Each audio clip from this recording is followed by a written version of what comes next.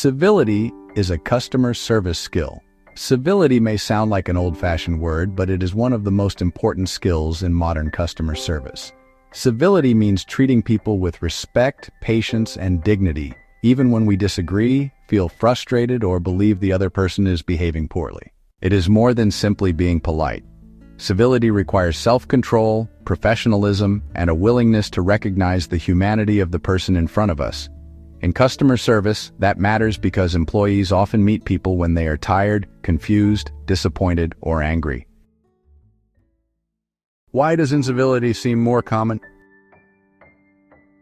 There is probably no single explanation for the decline in respectful communication. Several cultural and workplace pressures may be contributing to it. Online communication is one factor. Social media can reward dramatic, confrontational, or emotionally charged messages because those messages attract attention. Over time, people may become accustomed to reacting immediately rather than pausing, listening, and considering another perspective. Political and social divisions may also affect everyday interactions. When people begin to view every disagreement as a conflict between opposing sides, compromise and respectful conversation become more difficult. Communication through screens can create another problem. Emails, comments, and text messages do not always communicate tone, facial expressions, or empathy. People may say things online that they would never say during a face-to-face conversation. Stress is also important. Financial pressures, workplace demands, family responsibilities, and uncertainty can leave people exhausted and impatient.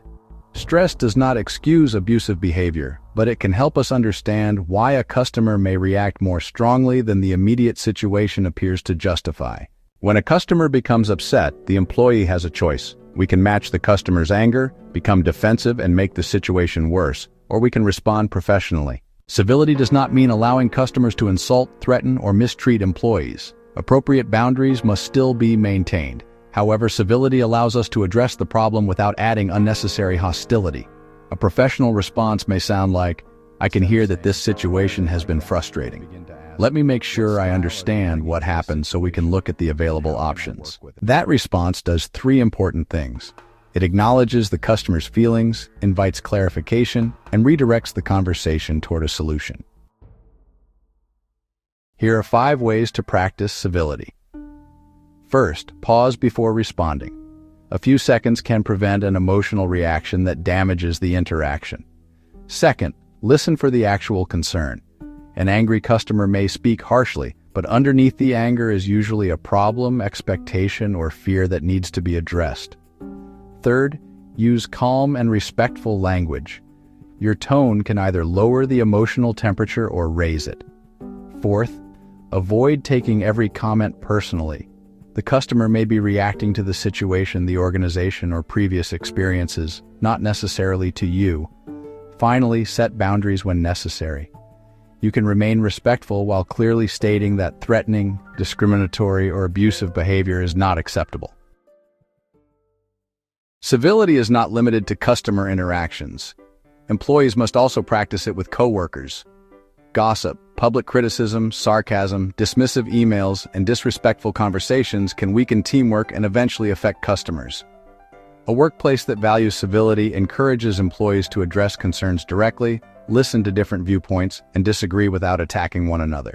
Customers can often sense when employees do not communicate well or respect one another. Civility begins with individual choices. We may not be able to control social media, public discourse, workplace stress, or the behavior of every customer. We can control how we respond. In customer service, civility is not weakness. It is professional discipline.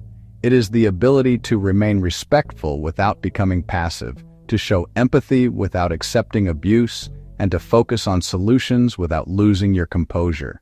The next time you face a difficult interaction, ask yourself, am I adding tension to this situation, or am I helping create a path forward? That choice can determine whether a frustrated customer becomes even angrier or feels heard, respected, and willing to work toward a solution.